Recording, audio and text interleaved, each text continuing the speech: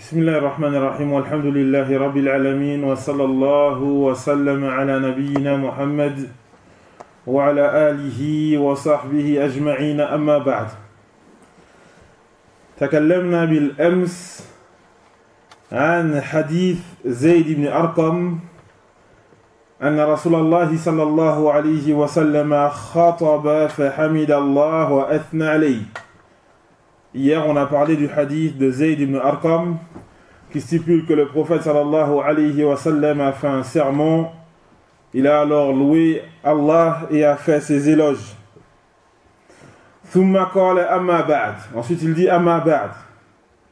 Ceci dit, Ala ayyuhan nas, fa innama ana basharun, yushiku an ya'tiya rasulu rabbi fa ujib. وأنا تارك فيكم ثقلين أولهما كتاب الله. Ô homme, certes, je suis un être humain. Il se peut que vienne l'envoyé de votre Seigneur et que je réponde. Et je laisserai parmi vous deux poids. Le premier d'entre eux est le livre d'Allah. فيه الهدى والنور. Il y a dans celui-ci, donc, dans le livre d'Allah, la guidée et la lumière. فَخُذُوا بِكِتَابِ اللَّهِ. Alors prenez le livre d'Allah, وَتَمَسَّكُوا بِهِ, et accrochez-vous à celui-ci. فَحَثَّ عَلَى كِتَابِ اللَّهِ وَرَغَّبَ فِيهِ. Le rapporteur qui nous dit alors, il a incité à s'accrocher au livre d'Allah. ثُمَّ قال, ensuite il dit sallallahu alayhi wa sallam, wa ahlu bayti, et les membres de ma demeure. Wa fi lafzin, et donc dans une autre narration, kitab Allah, huwa hablullahi al-matin.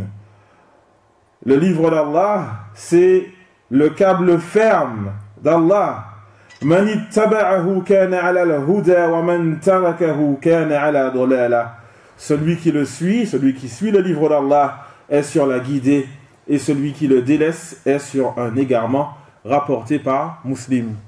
On a vu, ô chers frères, l'importance quant au fait de s'accrocher au livre d'Allah. Et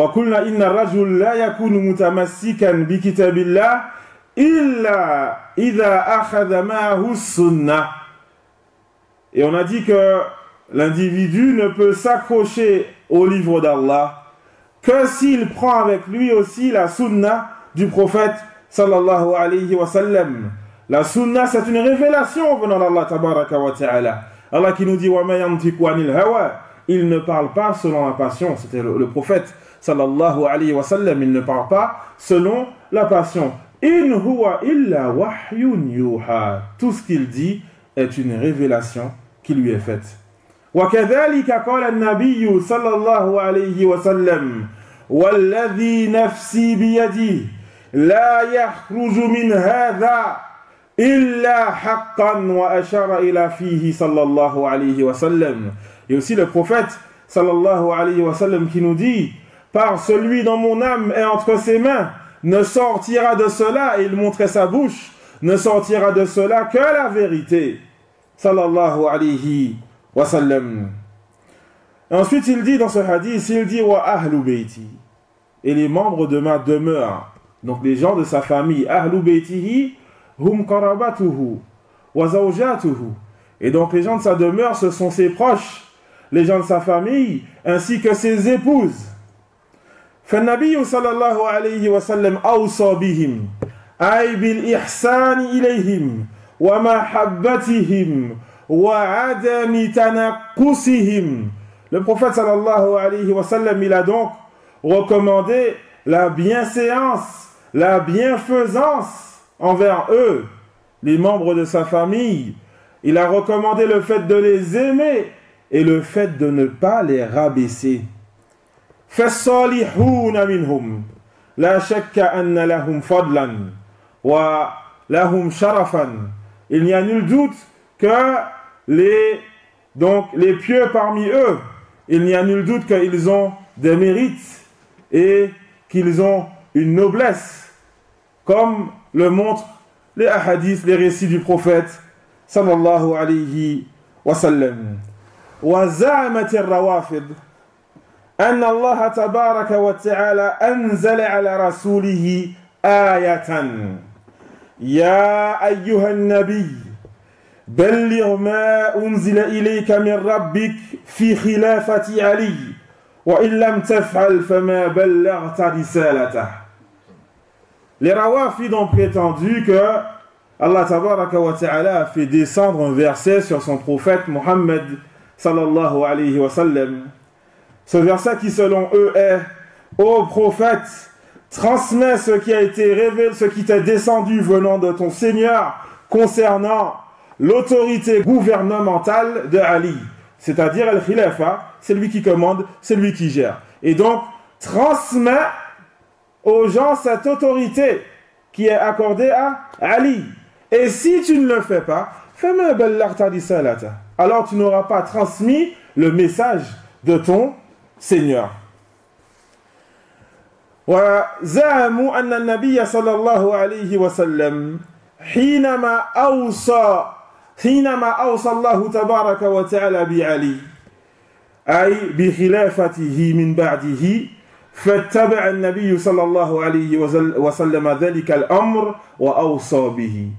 Et donc ils ont prétendu que lorsque Allah tabaraka wa ta'ala a recommandé d'obéir et d'affirmer l'autorité de Ali, le fait que c'est lui le khalifa, alors le prophète sallallahu alayhi wa sallam a aussi fait cela. Il a appelé les croyants à donc affirmer le khalifa de Ali radiyallahu anhu.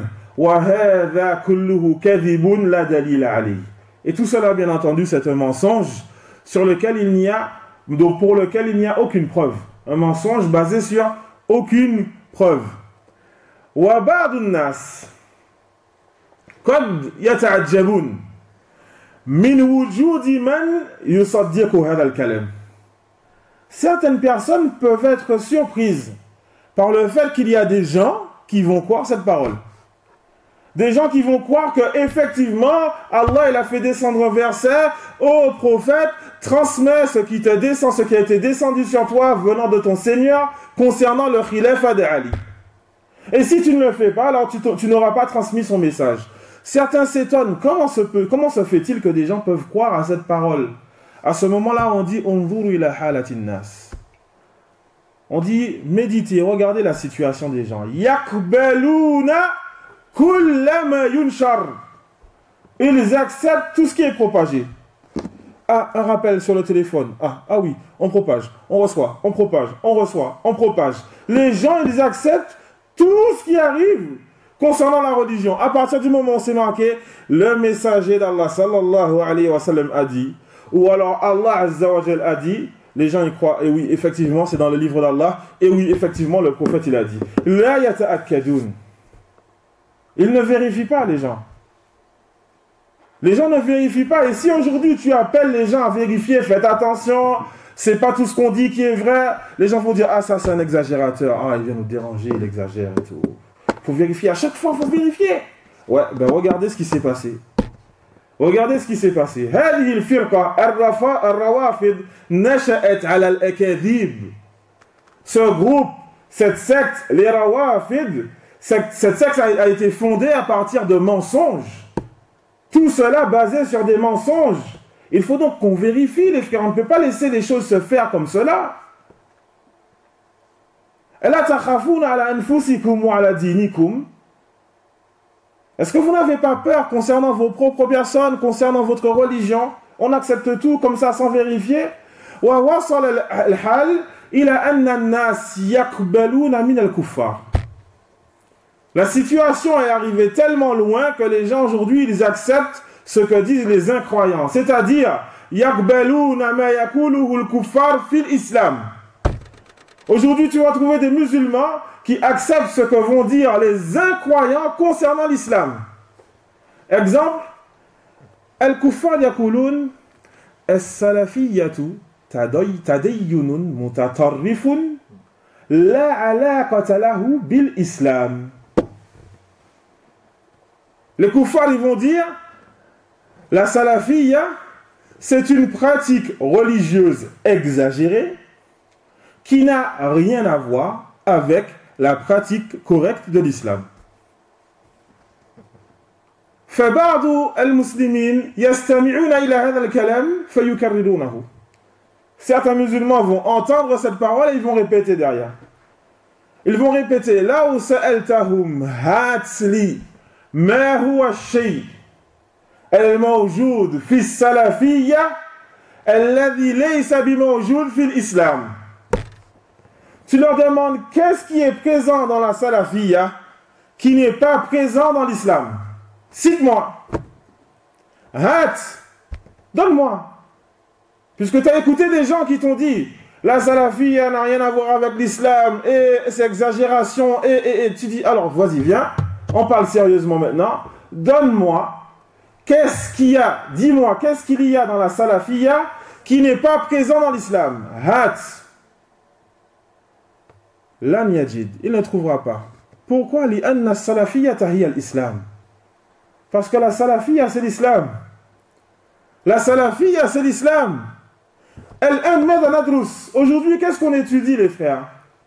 Nadrusu at-tamassuk bi kitabillahi tabaraka wa ta'ala. Aujourd'hui, on étudie le fait de s'accrocher au livre d'Allah tabaraka wa ta'ala. Wa bi sunnati rasulillahi sallallahu alayhi wa sallam. Et le fait de s'accrocher à la sunna du prophète sallallahu alayhi wa sallam.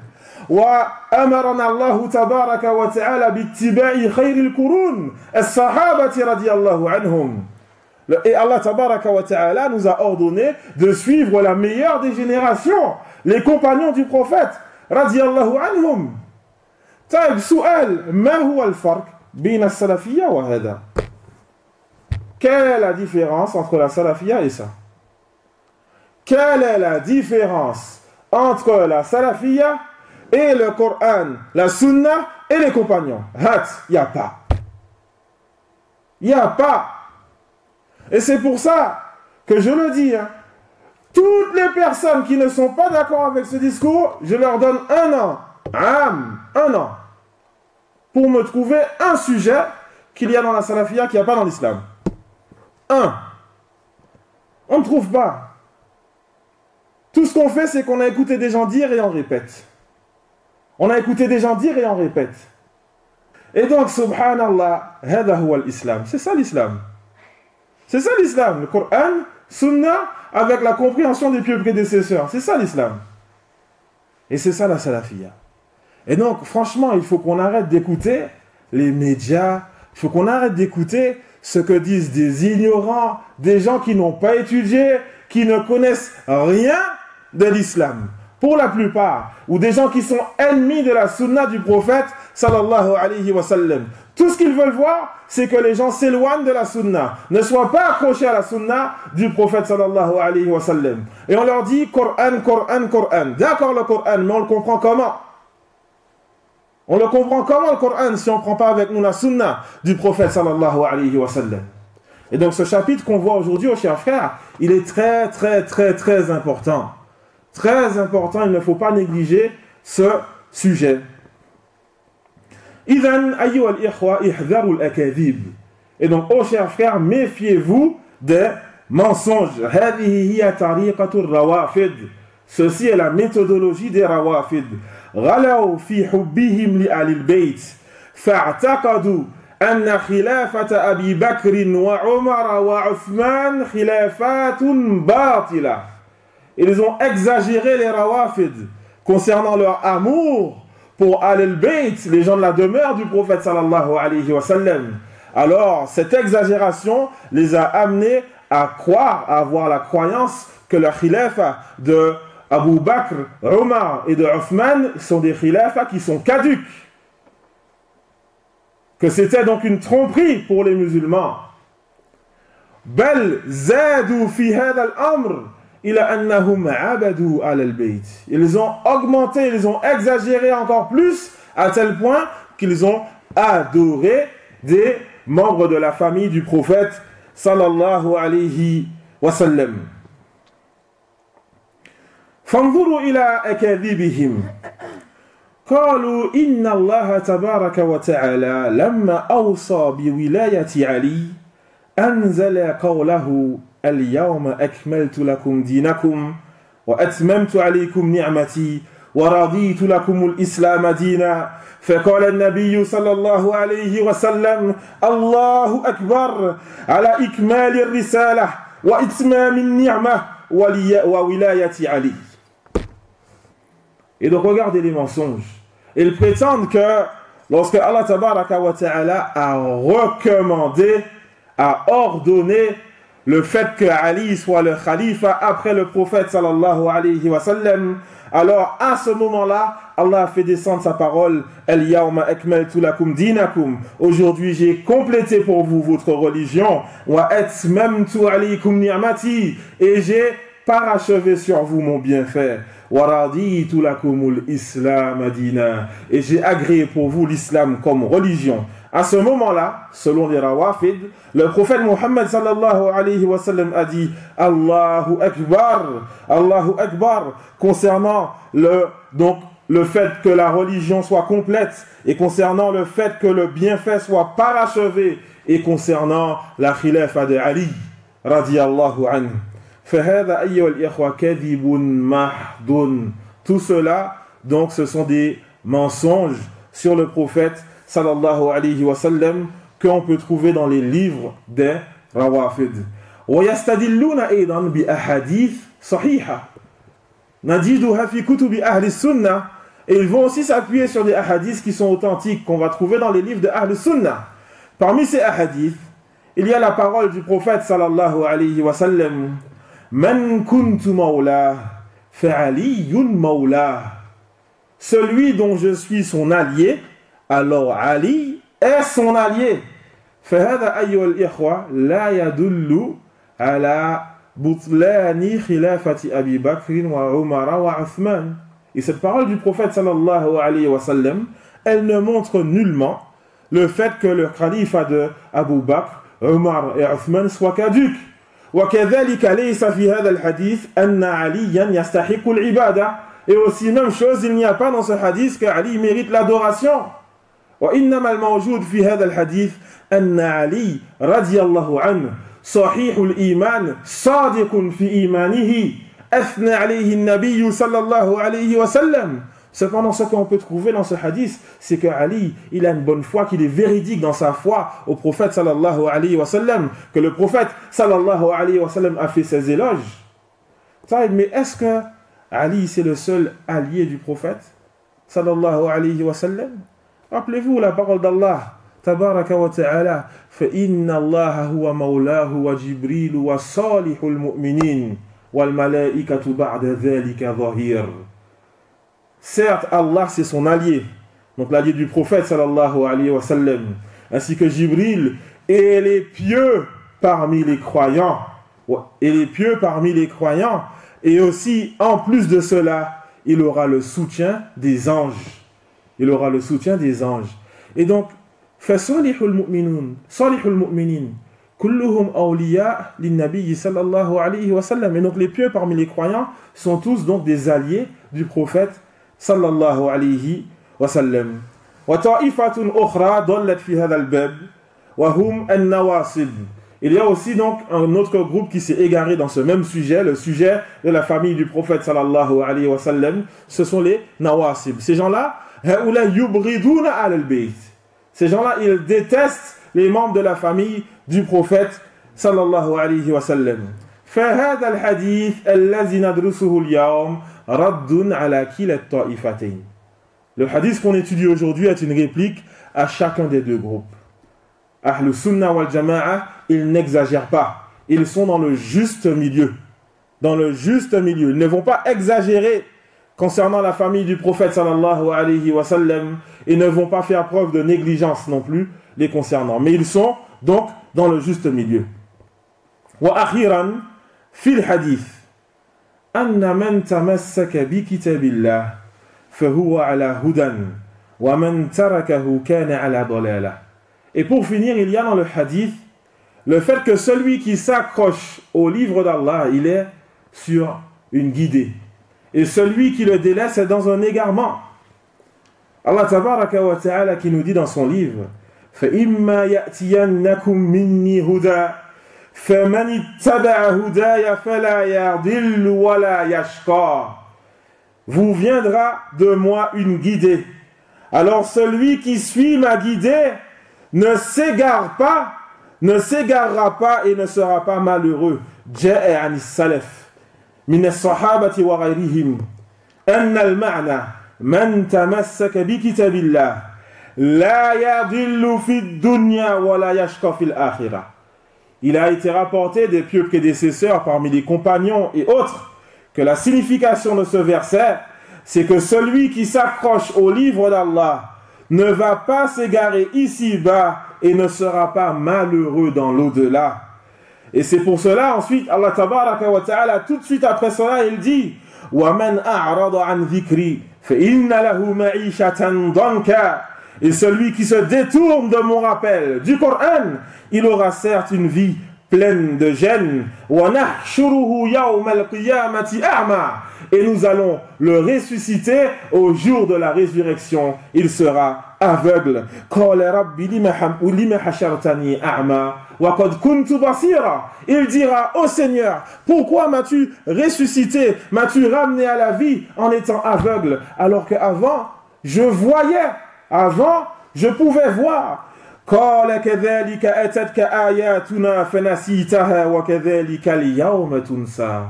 Alors il répondra, Allah tabaraka wa ta'ala, comme nos versets te sont parvenus et tu les as délaissés, alors aujourd'hui aussi, aujourd'hui de la même façon, tu es délaissé.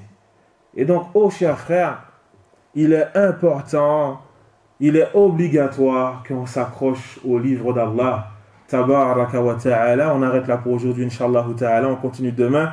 Bi'idhnillahi ta'ala, waffaqallahu al-jami' lima yuhibbuhu wa yardah. Wa sallallahu wa sallama ala nabiyyina Muhammad wa ala alihi wa sahbihi ajma'in wa jazakumullahu khairan.